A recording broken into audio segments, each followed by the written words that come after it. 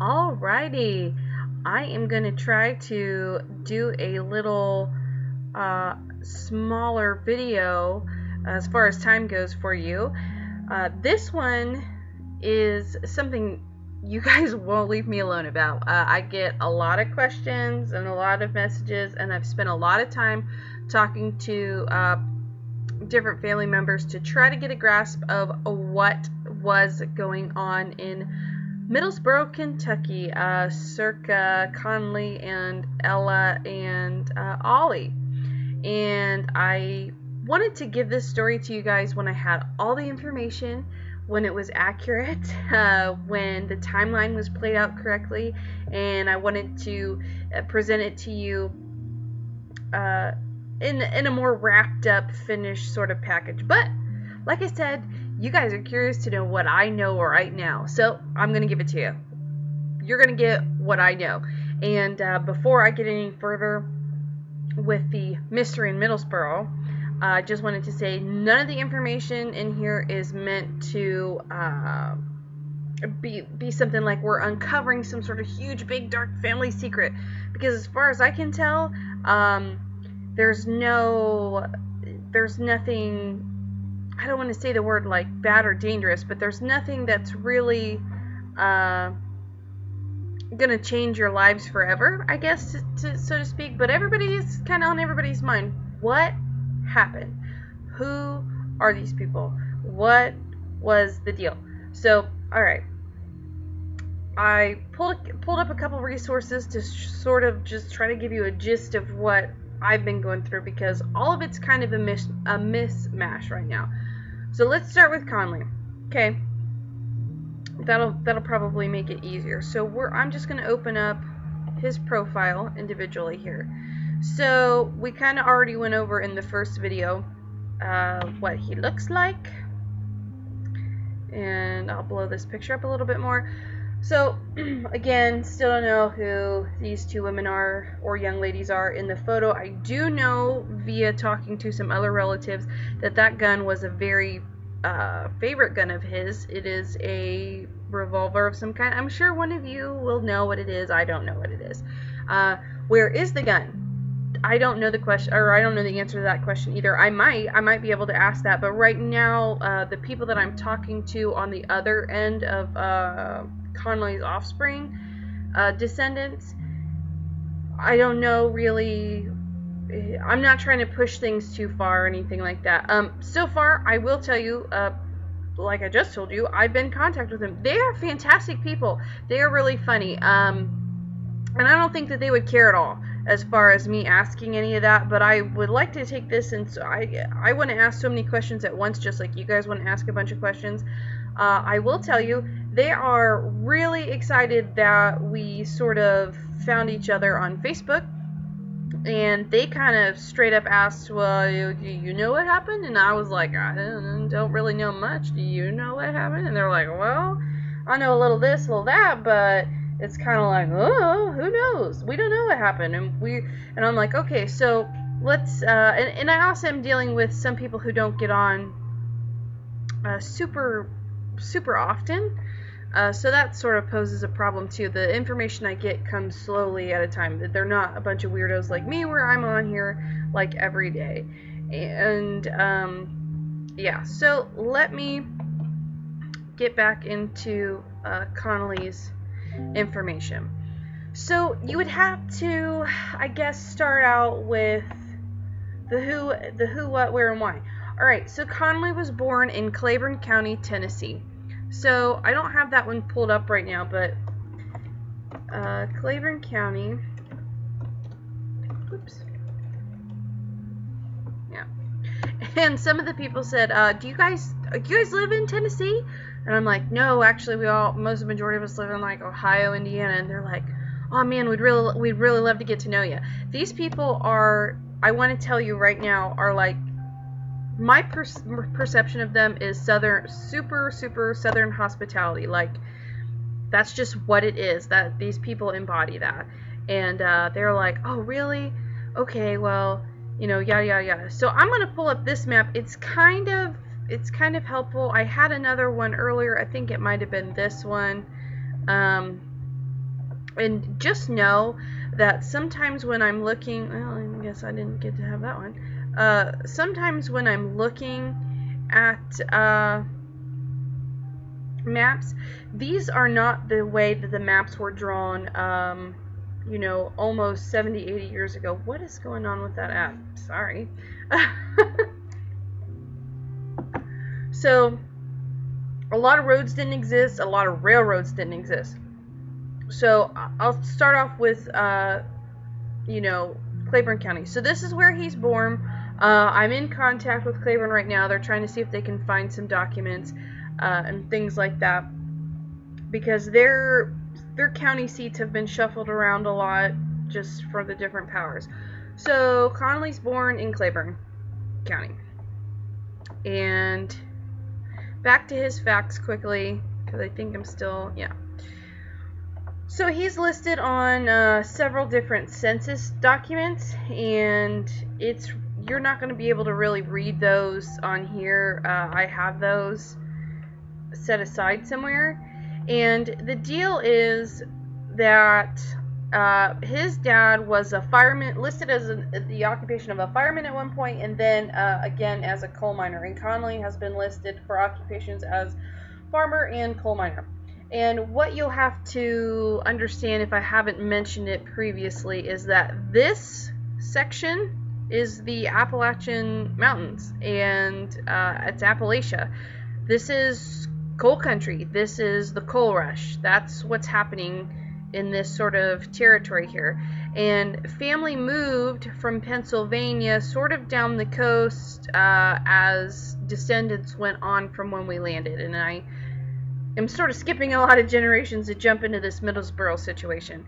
So a lot of people ended up here, I believe in Raleigh, the Raleigh area of North Carolina, but I'm not sure because I don't have that information in front of me. Anyway, they ended up migrating just, you know, with the course of time. And what's happening here is they found out that there's coal during this time frame, probably during even just before Pleasant was born too. And so that was a livelihood back then. It kept the coal keeps the lights on as far as they're concerned. And anthracite coal mining was a big deal. So essentially, the life story of Connolly, to give you just the tip of what I know, is that he did have some siblings, okay, and I have more information on them later. He was married initially on October 25th of 1916 to a Miss Ollie Deity Faust. And I will tell you right now that this woman, I am speaking to her grandson and I think her great-grandson via this particular child. And I don't know if you can see that, but it is Daniel P. Faust. And Opal is actually the only child living from Connolly and Ollie's marriage. She's 93 or 94, and Ollie lived a very long time. She lived to be 100 or 101, and I know this is a very sort of blurry picture probably to you, and I have another one. But anyway, when they got married, and they do have several censuses that they signed up and, performed in, the marriage took place, like I said, in 1916. So if we take the age of everybody real quickly, 1898 is when well, I guess I can't start out with that, but that's when Connolly was born. And quick math, when he would have married Ollie, he would have been roughly 18 if I did my math right. Yeah, I think I did my math right. So he would have been 18. Ollie, on the other hand, is said to have been born in 1902. So 1901 or 1902. I've seen it both ways. I believe her headstone says 1901. Sometimes the obituaries are a little bit off. So she would have been about 15 or 16, 14, somewhere through there, and that is not an uncommon thing. Back then, you know, if you were in your 20s and not married yet, I mean, you were kind of like old maid. Like, they married these men and women off young because, partially because life expectancy wasn't that long, but I will tell you, in the Faust line, it is kind of remarkable. Majority of us do live quite a long time as medicine gets better. Anyway, Ollie and Conley had 4 children. Andrew joined the service, and he lived until he was born in 1921, passed away in 1974. Daniel was born in 1927, passed away in 2013. And Frank, he was born in 1918, and he does appear on several census documents. However, I've already covered this with the other family. We don't know what happened to him. He's not really, wasn't really talked about. I don't know if he maybe met an untimely death as a child, and it was just something that they did not bring up. He is listed on a census document, I think about being 10 or 11 years old, but after that, he doesn't appear on any other census documents. And I don't know if that's just because the documents aren't provided right now or what, but we really don't know what the deal is with Frank. I'm not sure what happened to him. Like I said, Opal is still living. She's kicking. And so at one point, just to sort of reiterate the whole thing and not get too deep into it, because I really don't want to speculate too much, and I don't want to, I hate to use the word offend, but I really don't want to offend anybody if some of this information is correct or it comes off in a certain way. So anyway, that's where Connolly was born, and you'd have to know, you've had to have been into this tree building it to understand what happened. So he's born, blah, blah, blah. We have a lot of mountains and winding roads. There's not easily accessible travel. But we do see Ollie and Connolly travel quite a bit with different census. I've seen them probably appear in Campbell County at one point. They were in Anderson County for a hot minute, and also Union County. And Ples is said to have been working over here in, I believe it's Junior County, Kentucky, and he was a coal miner at that time. And during the time he was alive, there was a historical situation called Bloody Harlan going on. This is when we had a lot of miners' unions and a lot of people who didn't like them, and there's a lot of fights and killings going on. So at some point, Connolly decides he's got to go mine some coal, and the best place for him to do that is over here somewhere in Bell County, Kentucky. And it was not uncommon for men to go work the coal mines or be contracted for a long or short period of time and send that money back home. That wasn't uncommon, but the problem with that is that a lot of times these men are paid in what's called scrip. It is, if you've served in the military, you would kind of understand it's basically money that can only be spent at the mining camp store. It's commissary. It's not good anywhere else. And Conley is, according to his death certificate, is said to have lived in Bell County for 7 years prior to his death, or in Middlesboro. And that would place him in Middlesboro about 1939. So stick with me on this next ride here. So he leaves, and, you know, Opal is probably, if he's left there and he's working, I can't type, working over in Middlesboro, and it says he was a coal driver. I haven't looked into what exactly that occupation consists of. I don't know if that's driving the coal up the shaft out of the mine, or if that's taking men and stuff back and forth to the mines. So if we just say that Connolly left, abandoned, because that's the way it seems, that he just sort of was just like, see you later. I don't really know what happened, and Opal would have been about 15, so as long as her memory is still good, she might have still some recollection of what actually happened. And as far as I know, Miss Ollie was a very well beloved woman by her community, her family. She was just sort of kind all around. And let's think about this for a second. These people are growing and living in the roaring 20s. So we're talking silent movies, Tinseltown, the highlight of Hollywood, so to speak, and they're also living in the Great Depression. They're living during the Dust Bowl. They're living during American Industrial Revolution and the whole coal mining thing. So there's a lot of stuff happening. Cars are becoming more popular. Railroads are being blasted through these mountains. So anyhow, we'll move back to Conley, okay? Oh, well, I guess we're still here. So he moves to Middlesboro. Let's hop over to Ella and see what's the dealio there. This is the big question. Everybody's been like, oh my gosh, well, we thought they weren't married. Are they really married?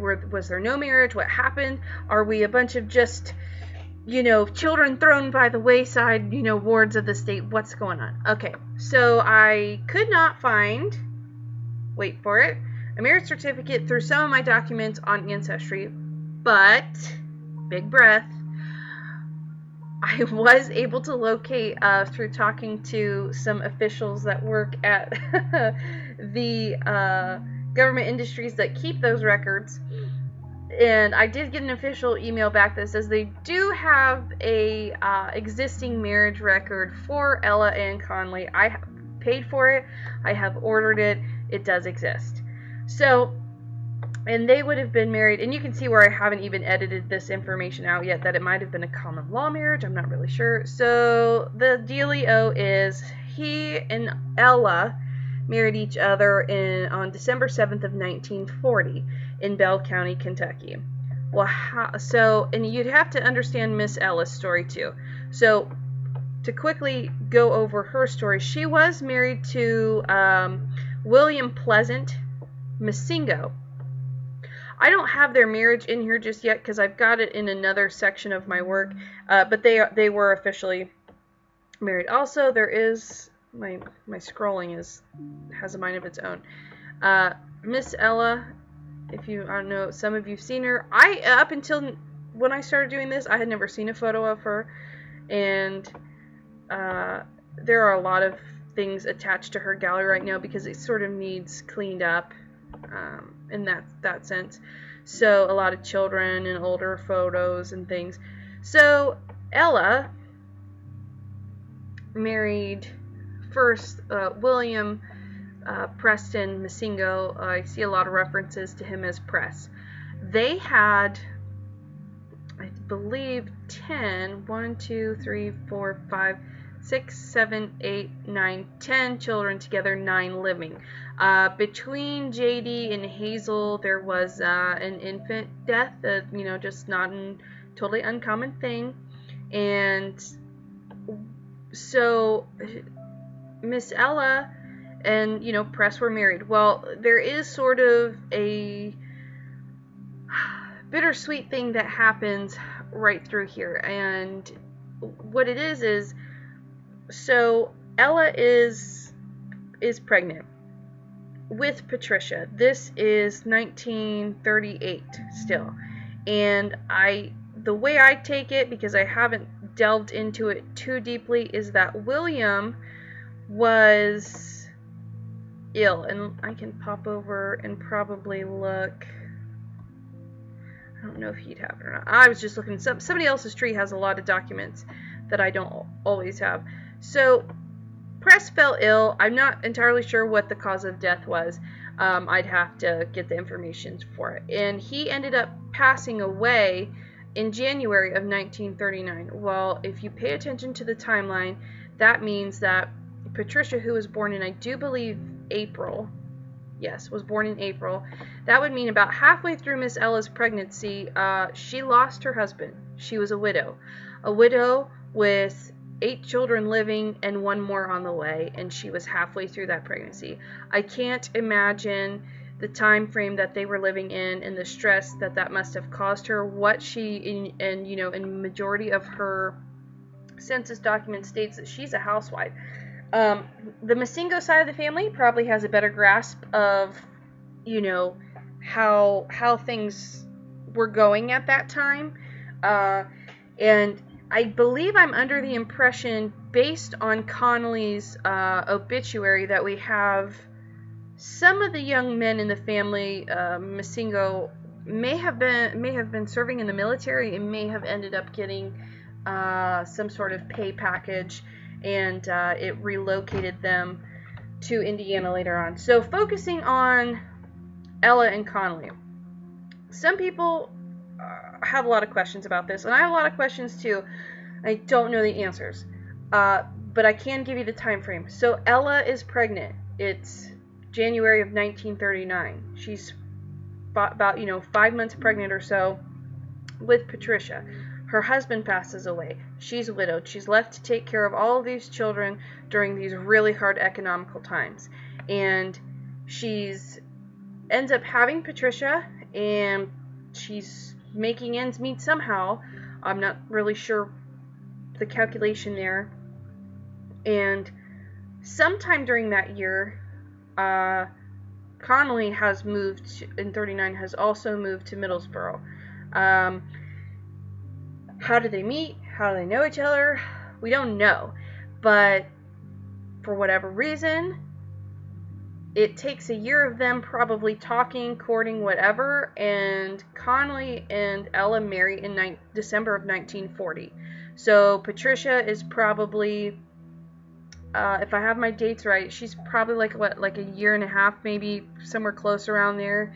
And this is 1940. Well, I'm going to jump backwards here to Ella again, because you would have to understand the relationship. So when Connolly and Ella got together, Miss Faust fell pregnant again in probably early 1941, because, it would probably have been about, it says that there was an infant death. Her name was Betty Lou, and this says that she was in December here, the 18th of 1941. To what degree of how far along Ella was in the pregnancy, I have no idea. Probably Masingo family might know better than me on that detail. But, Betty Lou ended up tragically passing away as an infant. Well, not too much longer later, about 2 years, Philip Wayne, the late Philip Wayne Sr. was born. And then a year after that, my grandpa, and everybody else probably knows him as Cotton, better known as Cotton, Carlos Eugene Faust Sr., was born in 1944. Tragically, when Grandpa was about 2 years old, Connolly ended up passing away in 1946. His memory of him is probably vague, if there is really any at all, because as far as we know, Connolly was working, if you're working in the mines, those are long, long, long days. And I think I even pulled up some photos just to sort of show you guys, these would have been the conditions that people were living in.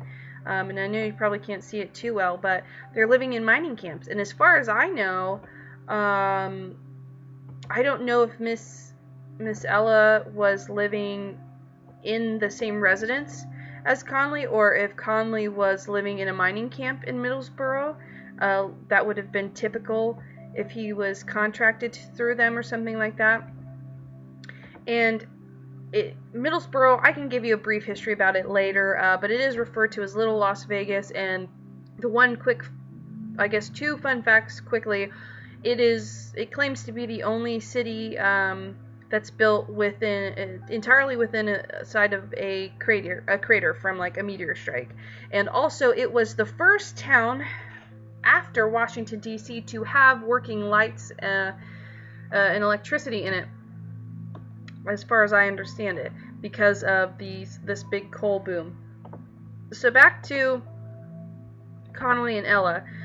He passed away, and according to the death certificate, he was living at North 14th Street in Middlesboro. I do not know if that was the same residence as Ella, because there isn't a census available for that time, and it would have to be based on somebody else's records or phone book records. He passes away, and his body is actually not buried in Middlesboro. And if anybody's interested in cause of death, I do believe, the doctor's handwriting is hard to read. It says carcinoma of the sigmoid, and Miss Ella is the one that found him deceased at home. So, and I don't know if it was a long-standing illness or if it was a sudden type of situation. So Connolly's body was moved from Middlesboro. Let me get out of some of these coal mining pictures here. And he was moved to a place called Braden Cemetery in Speedwell, Tennessee. So that means he passed away in Middlesboro, which would be about here. And he was moved about... Miss Ollie, I believe, was still living in Lake City in Anderson County, and somewhere, and it might even be in Campbell County, I'm not totally sure, but it was basically like halfway between, for the most part, but it was still settled in, I think it might even be in Union County. I don't know. I'd have to look. Anyway, that is where he is laid to rest, and it does state that in Connolly's obituary, it lists his name as Faust with the spelling E. It lists his death certificate as Faust with the spelling E. The rest of his family and his ancestors are spelled with the T, or, the alternate AU spelling from Germany. So the speculation, there are two separate stories, and like I said, I don't want to make this video too long, and it's already too long as it is, without having the complete information. There's speculation that he decided to, I don't know, up and move and leave his family back in Tennessee, got to the coal mine, and I don't know, he dug Miss Ella, and they decided to hit it off. Now, was there ever a divorce from Ollie? To my knowledge, no. To the other side of the family's knowledge, no. So, unless some sort of abandonment law comes in between there, then they were never divorced, which probably, I don't know what the laws would have been back then, but I can probably imagine that the marriage to Miss Ella might not have been legitimate in the eyes of the law. It's hard to say what happened, and a lot of speculation is he decided to upleave his wonderful family in Tennessee and married Miss Ella, and started a new family. That's a lot of children, for her and him. I can't imagine they were living very great based on probably 1 or 1.5 incomes, because I'm sure Miss Ella probably would have been staying at home with her children. So I am not totally sure what the deal is with that. Another speculated thing, and this is kind of interesting because I have heard this on our side of the family, and now I have heard it from the other side of Connolly's branch. There's speculation about a name change because of relatives too closely related being married. And to answer that question, do branches cross in our family tree? The answer is yes. Sometimes they do. It is not uncommon for that to happen. Now, are we a bunch of people who fit the stereotype of hillbillies marrying brothers and sisters and all of that just sort of disgusting kind of nonsense? No. The branch crossing that I have seen are much farther spread out. Is it ideal for the genetic gene pool? No. Does it raise your chances of having certain illnesses or diseases? Yes, it can double chances for things like that. Has there been any known mental illness as far as like some sort of like debilitating physical disability? Not to my knowledge, based on the documents that I've seen. And so there is documentation that would suggest, and I have seen it in various other trees. If you can see, Miss Ollie is also listed as my third cousin 3 times removed. She is not listed as the first wife of my great-grandfather. Ollie is related to Conley. Her maiden name was Faust. Her married name was Faust. They would have shared, and this is why I wanted to wait for some of it to sort of make sure I had this information correct. I believe they shared the same set of like great-great-grandparents. Mind you, these people are having dozens of children at a time, and the reading and writing wasn't so great back then. And unless you can straight up ask somebody who, you know, their main focus is keep food on the table and have children, about who their fourth or third or second great-grandparents were, or their names, you might not have known. And even back then, it wasn't such a total, it was just starting to become like a taboo thing, because there were, you know, social issues with it. And yes, there has been some sort of speculation that maybe Conley found out after the birth of several children and decided he wanted nothing to do with that, and decided to further his finances by taking up mining and crossing the state line. He did sign up for the World War I and World War II draft, and World War II would have been going on through some of the portion of him living in Middlesboro, and he would sign up at a local county board, and I believe it was in Tennessee that he signed up. Was it a draft issue? I don't think so. I'm looking at some of the dates, and I don't think that's it, because he's on file, and obviously Miss Ollie knew where he was, because in the obituary it lists all of his children with Ollie as surviving, all of the living children, you know, with Miss Ella as his children, and then majority of the Masingo children as his stepchildren.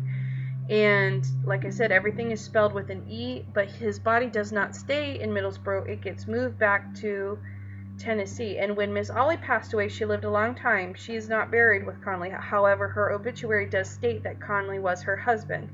And Miss Ella, as probably majority of you know, ended up moving to Indiana. Why they ended up, because it does seem that they moved to Indiana shortly thereafter Conley's death, and I don't know if that was more or less having something to do with really not a lot left for them in Middlesboro, and they may have been able to move, because I do believe in the obituary, the reason why I know some of these men were in the service is because in the obituaries it states that, or gives some sort of indication that they were probably in the military. So I don't know if older children came home and sort of help mom pick up the pieces and the family pick up the pieces, because that's a lot between the first widowing, being married 5 or 6 years, having a few additional children, then being widowed again.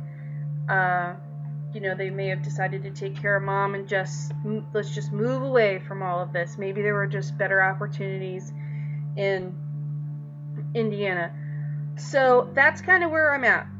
If you have specific questions that I didn't cover, let me know, and I'll try to get them for you. Right now, that's what the Mystery Middlesboro consists of. The video went on way too long, but that's what it is, and that's where I'm going to leave it for right now, and we'll come back to it later when I have some more information and more pictures. And the family they're great, and it would be really cool if we could do some sort of like big Faust family reunion, because after I get started on this thing, you guys will see that little section of map. This is all us, baby. There is a lot of Faust action happening here, and it gets pretty interesting. So I'm gonna wrap it up. I'm gonna end it. You guys will have to just wait till I come back to it and give you some more information. And like I said, the disclaimer at the beginning was not meant to offend anybody or make it seem like accusatory of anything at all. It's just, we really don't know, so at this point it is just pure speculation. People asked if documents exist. They do exist. Legality of the documents, I really don't know without looking into it much further.